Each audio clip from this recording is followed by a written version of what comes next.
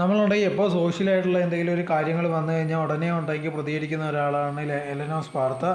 ഏറ്റവും കൂടുതൽ ഉണ്ടെങ്കിൽ ജാസിക്കെതിരെയൊക്കെ തുറന്നടിച്ച് ഒരുപാട് കാര്യങ്ങളൊക്കെ പറഞ്ഞിട്ടുണ്ടായിരുന്നു. അങ്ങനെ ഇരിക്കുന്ന സമയത്താണ് ഇപ്പോൾ ലേറ്റസ്റ്റ് ആയിട്ടുണ്ടെങ്കിൽ എലനോ സ്പാർത്തയ്ക്കെതിരെ ഒരു ന്യൂസ് വന്നിട്ടുണ്ടായിരുന്നു. വെള്ളം അടിച്ചിട്ടുണ്ടെങ്കിൽ റോഡിൽ കൂടെ വണ്ടി ഓടിച്ചെന്നുള്ള രീതിയിൽ. ഇത് കണക്ക് ഒരു ദിവസം പോലീസ് ഉണ്ടെങ്കിൽ റോഡിൽ കൂടെ രാത്രി പോകുന്ന സമയത്തുണ്ടെങ്കിൽ റോഡിൻ്റെ നടുക്കുണ്ടെങ്കിൽ ഒരു കാർ ഇട്ട് നില കിടക്കുന്നുണ്ട്. അത് ചെന്ന് നോക്കാൻ നിന്നപ്പോഴത്തേക്ക് പെട്ടെന്ന് ആ കാർ ആരോ എടുത്തുകൊണ്ട് പോകുന്നു. അങ്ങനെ പോലീസുകാർ ഇങ്ങനെ പിറകെ ചെന്ന് പിടിക്കുന്നുണ്ടായിരുന്നു. അപ്പോഴാണ് മനസ്സിലായത് എലനോ സ്പാർത്തയാണ് അതിനകത്തുണ്ടെന്നത്.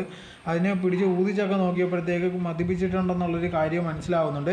ഇപ്പോൾ നമ്മൾ നോക്കിക്കഴിഞ്ഞാൽ ഇതേണത്തുള്ള സംഭവങ്ങൾ ഒരുപാട് കാണുന്നുണ്ട്. ഒരുപാട് ഇൻഫ്ലുവൻസേഴ്സ്, ഒരുപാട് പേര് ഇതേണക്ക്, ഇൻഫ്ലുവൻസേഴ്സ് മാത്രമല്ല ഒരുപാട് പേര് ഇതേണക്ക് മദ്യപിച്ചിട്ടുണ്ടെങ്കിൽ വണ്ടി ഓടിക്കുന്നത്. കുറച്ച് നാൾ മുമ്പായിരുന്നു ഒരു മരണം ഇതേ കണക്ക് സംഭവിച്ചിട്ടുണ്ടായിരുന്നു സിദ്ധാർത്ഥിൻ്റെ കാര്യത്തിൽ.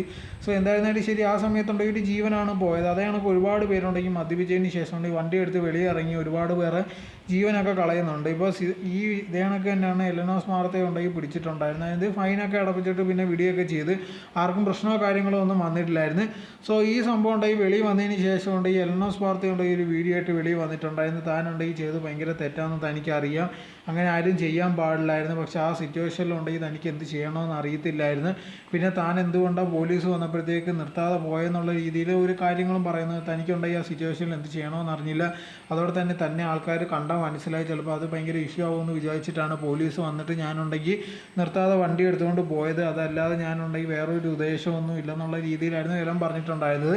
പക്ഷേ ഇതൊക്കെ നോർമലായിട്ട് ആൾക്കാർ പറയുന്നത് തന്നെയാണ്. സാധാരണ രീതിയിലുണ്ടെങ്കിൽ പോലീസ് വന്നപ്പോഴത്തേക്കും കണ്ട് പേടിച്ച് വണ്ടി എടുത്തുകൊണ്ട് പോയതാണ്, പിടിക്കത്തില്ലെന്ന് വിചാരിച്ച്.